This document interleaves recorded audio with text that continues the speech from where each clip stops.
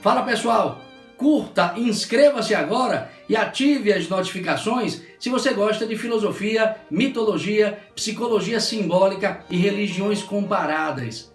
Te espero!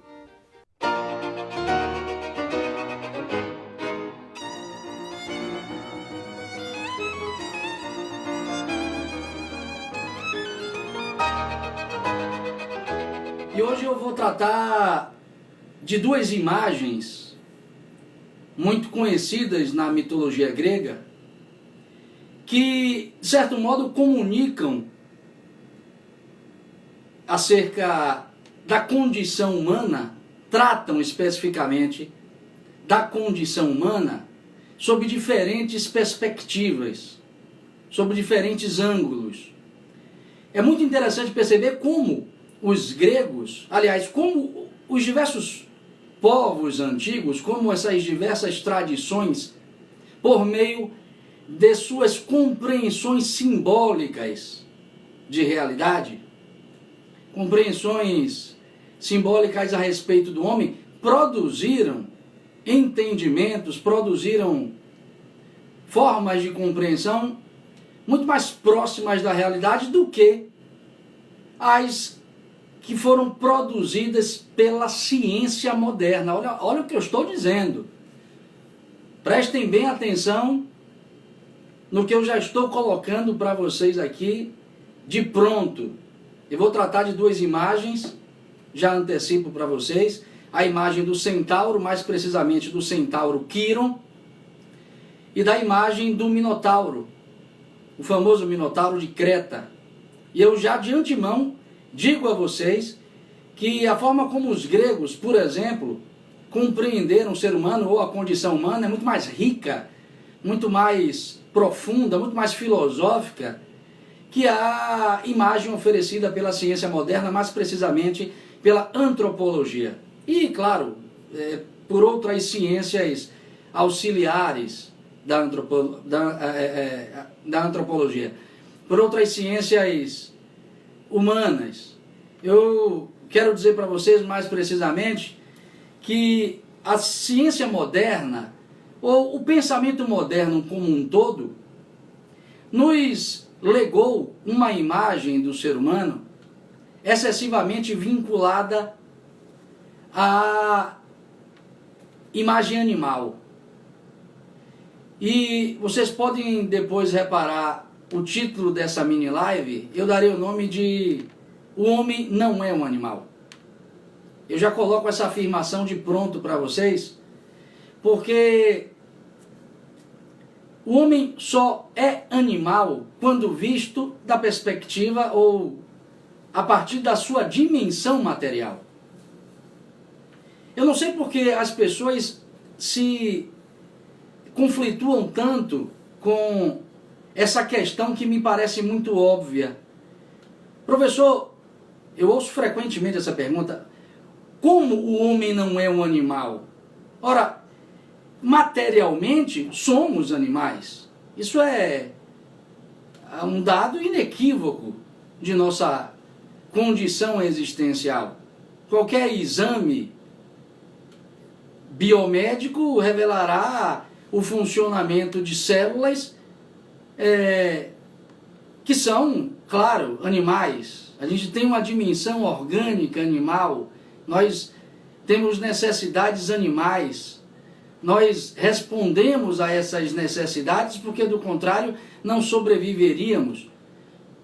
Então, o homem tem dados que, de certo modo, são indicativos de que é efetivamente um animal. No entanto, esses dados estão restritos à sua materialidade. Porém, filosoficamente, um ente qualquer, um ser qualquer, deve ser sempre visto não a partir de sua materialidade, mas a partir das possibilidades de sua consciência. Vou repetir. A forma mais filosófica, mais profunda, mais bonita de se enxergar um ser, seja ele qual for, e aqui, no caso, o homem, é tomá-lo a partir das possibilidades de sua consciência, o que na filosofia é também chamado de círculo de latência. Olhemos para um ente e procuremos compreendê-lo, não a partir da sua organicidade. Isso só fornece um dado superficial de sua realidade. Mas se procurarmos tomá-lo a partir das possibilidades de sua consciência, talvez nos aproximemos mais do que efetivamente seja esse ser, do que efetivamente pode esse ser na sua existência. E claro, eu estou chamando vocês para observar o homem, portanto, não da perspectiva celular, orgânica, mas da perspectiva consciencial. E cabe então a pergunta aqui: o que é o homem, não a partir de sua materialidade, mas a partir de sua consciência? O que é a consciência humana? Essa é uma das boas perguntas da filosofia, essa é uma das boas perguntas que deveríamos fazer todos os dias, uma vez que nós somos seres humanos, uma vez que essa tal consciência humana trata de nossa própria consciência. Ou seja, eu estou me referindo a cada um de vocês, o homem enquanto abstração, mas também estou tratando aqui de Ronald, de Otávio, de Lícia. Cada um de nós é uma consciência humana em operatividade. O que é isso?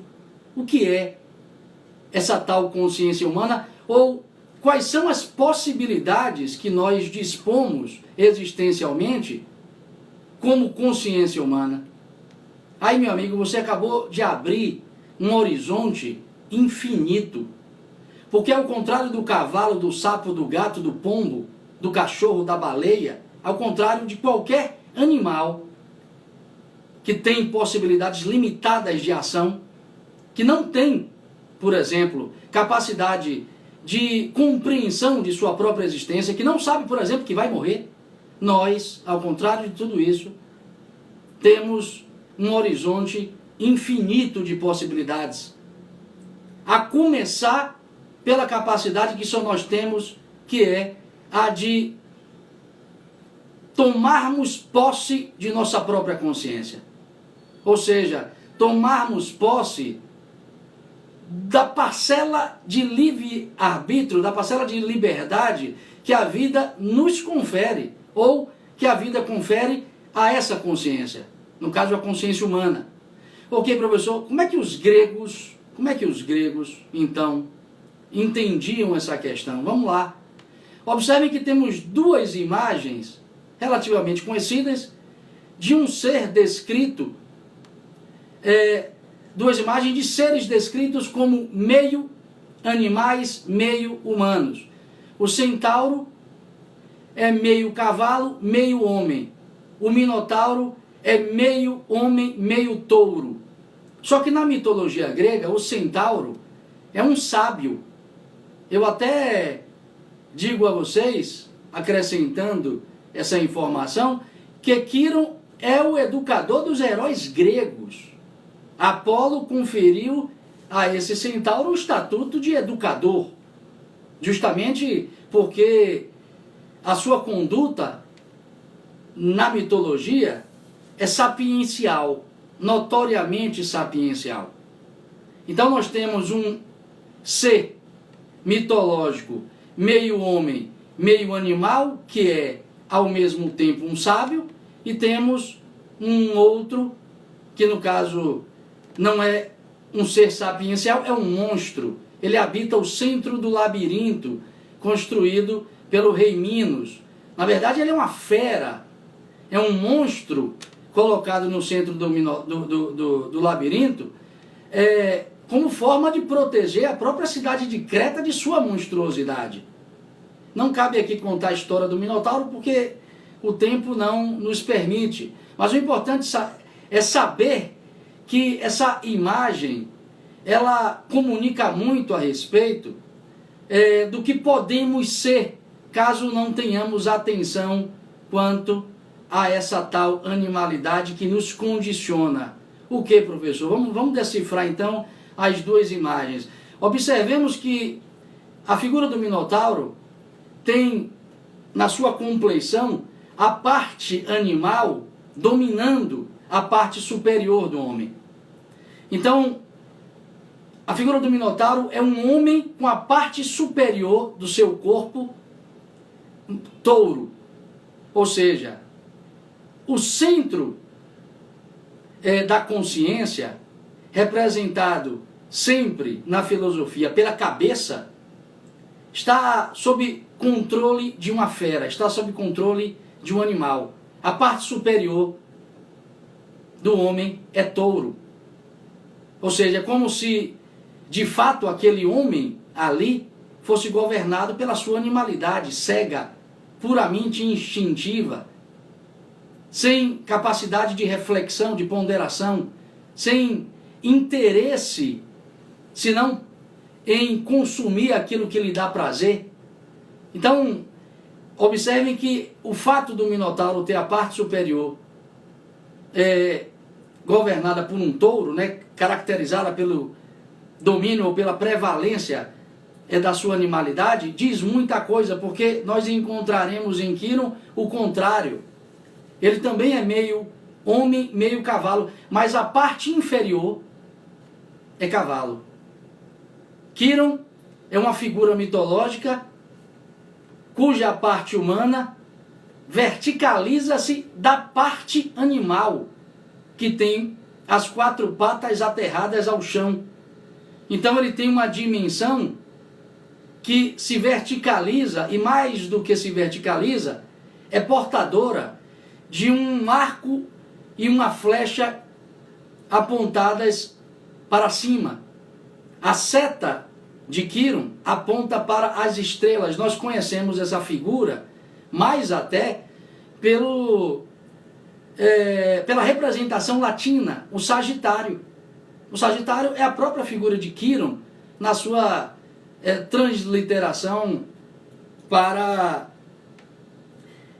a versão mitológica romana.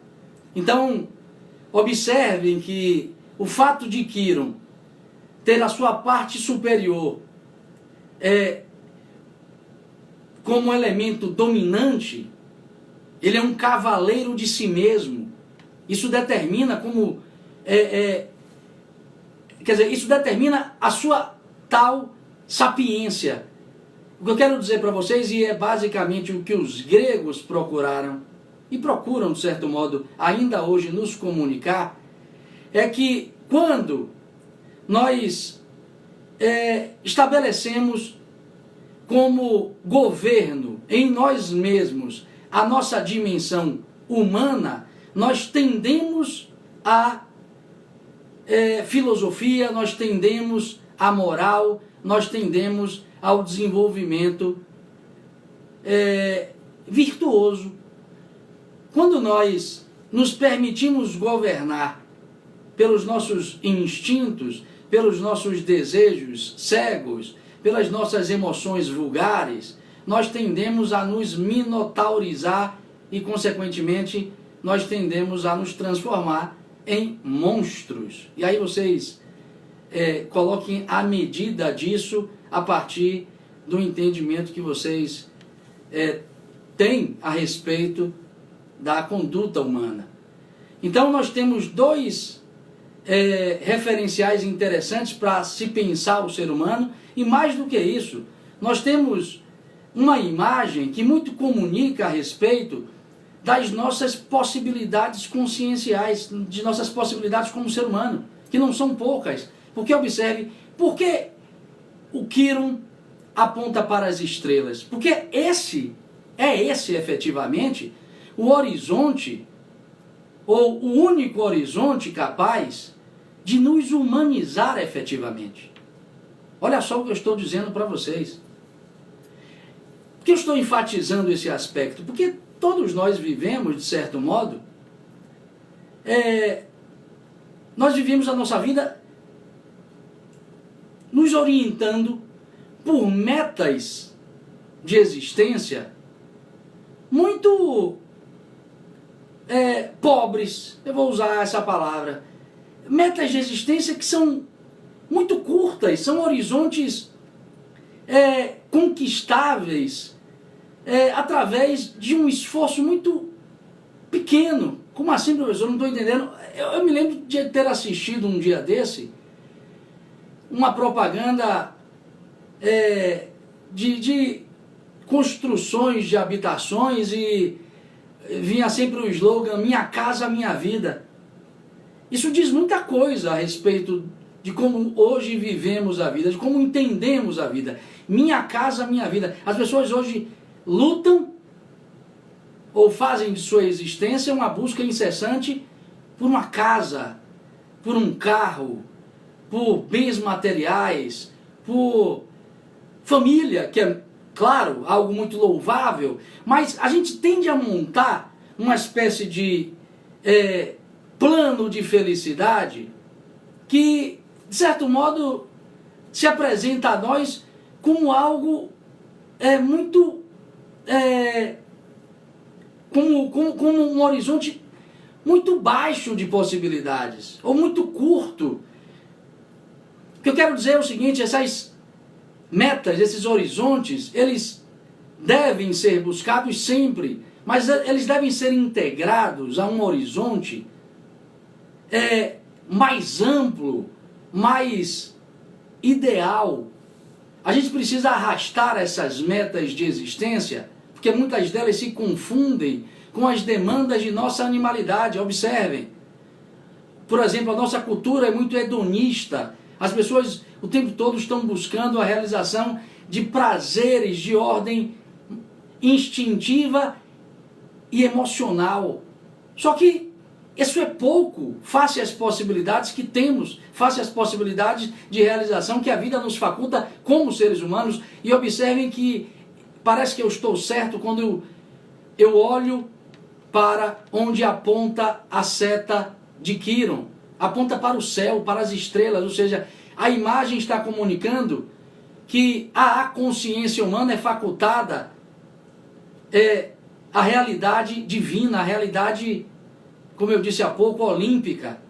Então, assim, a vida nos faculta possibilidades muito mais amplas de realização do que aquelas que nós elegemos nos dias de hoje. E repito, não significa que nós não devamos buscar responder às nossas necessidades de sobrevivência, às nossas necessidades de reprodução, às nossas demandas afetivas, às nossas necessidades de realização intelectual, os prazeres do mundo. Tudo isso é válido, mas seria muito mais válido se tudo isso estivesse sendo guiado, estivesse sendo orientado por um horizonte espiritual, por alguma coisa que nos chamasse à transcendência. E observem que isso pode ser abstrato, mas não é. Porque quando se fala de um ideal, a gente pode observar, por exemplo, que o horizonte das virtudes nos leva ou aponta para isso.